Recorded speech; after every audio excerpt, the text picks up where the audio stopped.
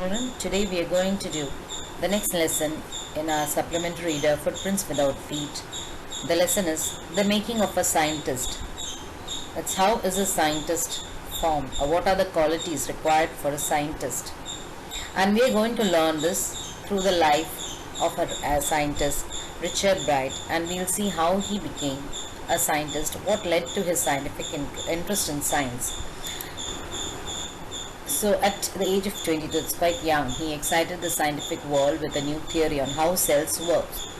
And he did this along with his college mate. He published his journal in the Proceedings of the National Academy of Science. It's a scientific magazine. So in this he published it as an article. And when such a young person puts forward such an important article, it's something quite significant or noteworthy, and they mentioned it specifically that it was the first time that this scientific journal had published the work of college students. So it is something that's very rare, because at that age they don't reach up to that level where the articles are good enough to be published in this magazine. And if for us to get an idea about what great an achievement this is, the author compares it to getting a home run and the first time you go for batting in the game of baseball. That you hit the ball and then you have to go to all the four stumps and all corners, and then you have to come back to your initial position. So this is like that. If someone is playing for the first time and immediately they are able to complete this, then that's something really great. And this is just one of his great achievements. And how did his achievement start? It started with a common butterfly. So how did this boy become the scientist that we know of today? That's what we're going to see in the story. So he grew up in Pennsylvania in America, and he was an only child. He didn't have many friends, so he can't play any of the group team sports because he's just one. So what he did is he started collecting things. He had a lot of curiosity with him. So he used to collect everything. He collected coins, he collected rocks, he collected fossils, anything and everything. He collected it. And he was an astronomer too. That he used to go spend time at night looking at the stars. So he had a lot of innate curiosity within him and the willingness to learn. Along with this drive in curiosity, he had a very bright mind. So his mother noticed that he's interested in learning, so she also used to encourage him. She used to take with him with her to places. She bought him whatever equipment he required, like telescopes, microscopes, camera, mounting material. Mounting material means the material on which we place all this. And she helped him in so many other ways. She's saying, see, I was his only companion. After he started going to school, I would bring friends home so that he could have company, but mostly we were the ones who were together. His father died when he was quite young, so I was his constant companion. And if he didn't have anything to do, his homework or something he didn't have, then she would find work for him to do, and he would like it. He would do it with interest. He wanted to learn, and he was very good at studies also. He earned top grades in school. And she's saying in every other thing he was just like any ordinary kid. He used to enjoy life, everything, but he was interested in learning. And he had collected so many different specimens of butterflies, also species of butterflies also he used to collect. And he had collected, by the time he was in the second grade, he had already collected all the 25 species of butterflies which could be found in his hometown. So he that much of curiosity and intelligence this small boy had. And he's saying that, see, maybe I would have stopped collecting butterflies at that time because I had already collected all the butterflies which were there. But at that time my mother brought me a book. And what was the name of the book? The book is The Travels of Monarch X.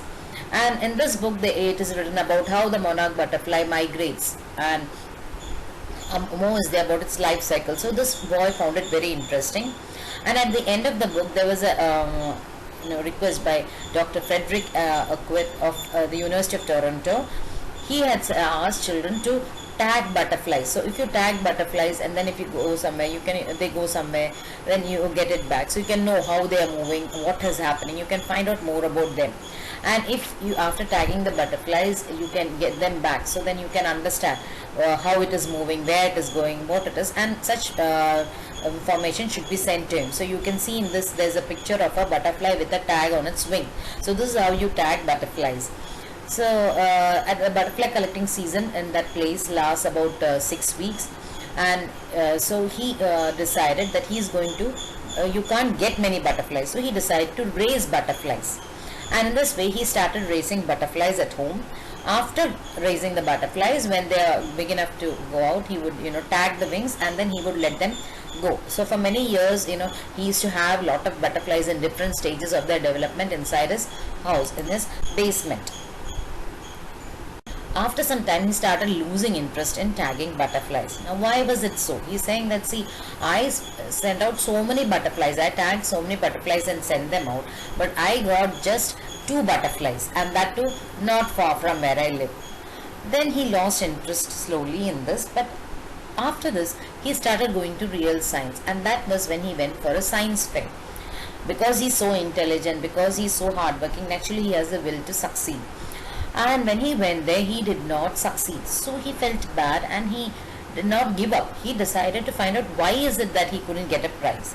So he had given displayed frog tissues. He realized that, see, what I've done is very neat, but that's not what they want something new. So he decided that for the next year he will do something which is new. So he is already familiar with Dr. Icquard because his name had figured in that book. So he wrote to him and asked him for ideas. And the doctor gave him so many ideas, and he worked on these ideas so that he could do something new for next year's science fair.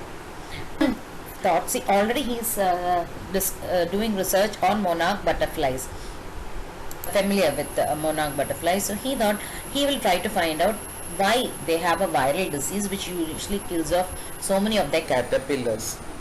So he thought maybe the virus comes from a beetle, and he decided to raise caterpillars in the presence of the beetles to see whether this viral infection is coming from the beetle. He of course didn't get any result, but he had done something new, and that year he won a prize. Next year he went on to something more. There are 2 kinds of butterflies, that's monarch and viceroy, which look nearly the same. You can see in this picture. See, the only difference is slightly in the structure or the design of their wings. Otherwise they look quite similar. So he wanted to know why is it that viceroys try to resemble monarchs in their appearance. And he felt that, see, monarchs don't taste good, viceroys taste good. So they are trying to imitate the appearance of monarchs so that birds don't eat them.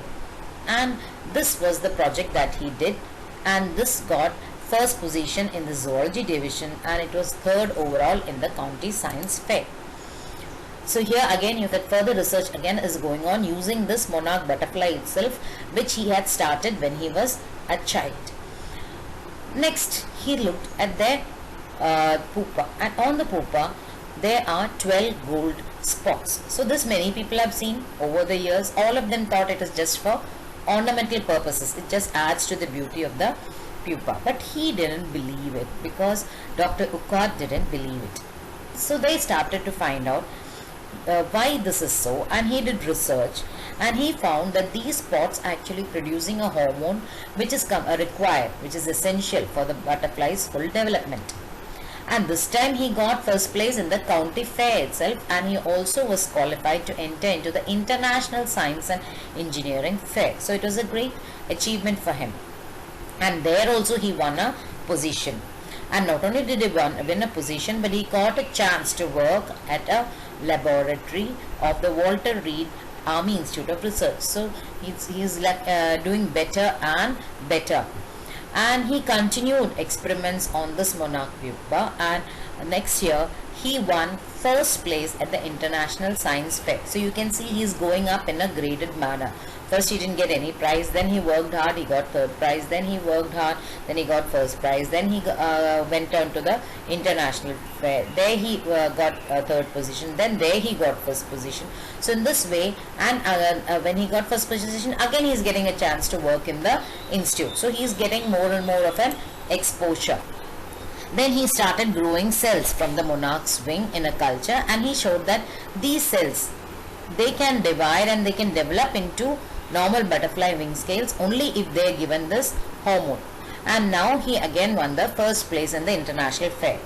And after graduation, in his vacation, he went there and he worked in the army laboratory of the US Department of Agriculture. And he went on doing going back to this place and doing more and more research on this gold spots. And he was also able to identify the hormone's chemical structure, that is how it is that this hormone is formed and what it does. And he was going through the photos of this hormone, and at that time he had a eureka moment, that is he found something totally new. He found how the cells can read the blueprint of DNA. You know, the DNA is most important, it is the blueprint of life. So how the cells read the DNA. So he could understand what is basically cell structure and cell life. And they made models for it, charts for it, so that it can be clearly explained. Then they wrote this paper which was published earlier. But no one was surprised when he became so famous. Even actually he passed that year, he was second in his class of 1510 students, and he won with honors. So no one was surprised because he is such a hard working and intelligent boy. And then again he went back after this. Also he went back to the Harvard Medical School. He went to study there, and there also he was doing his experiments. And if his theory, further research on his theory is done, it will be very, very important, because it will help us to understand how the process of life. It may give us new ideas about how to prevent some kinds of diseases. And all this began because of his curiosity. He wanted to learn more, and he just started a small research on butterflies. Butterflies are something that we may regard as insignificant, but this has made him reached up to this position. Now he is not just that typical bookish type. He is not someone who is always inside the lab looking through the microscope. He is also a person who is interested in other things. He is a champion debater. He is very good at speech. He is a public speaker. He is a canoeist. You can see the photo, what is a canoeist. And he is an outdoor person. He loves to go out, to spend time outside. He is not always inside his lab. He is a wonderful photographer of nature and science exhibits. He was a straight A student. That's his report card, you find only A.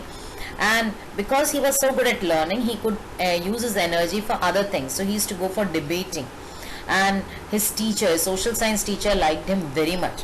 And he's saying that he is the perfect person for me. You know, he opened my mind to new ideas. So Ebright does not focusing only on science. He's also focusing on other things, and he respects his social science teacher so much. And his teacher says that he would always put extra effort.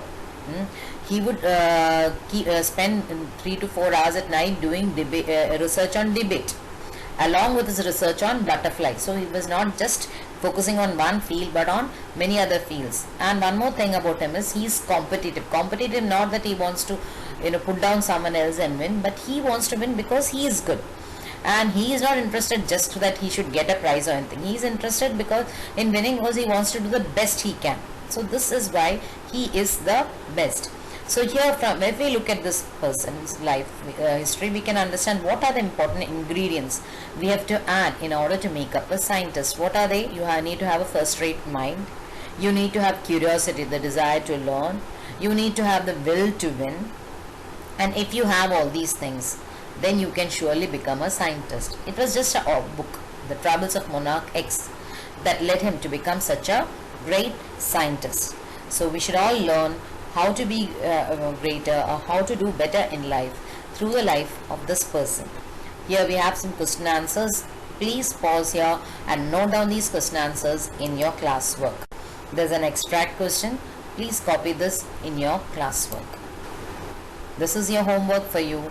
Let's visit the Diksha site, and you can have 3 short answer questions and 3 long answer questions, which you can use it. It comes under the heading interactive.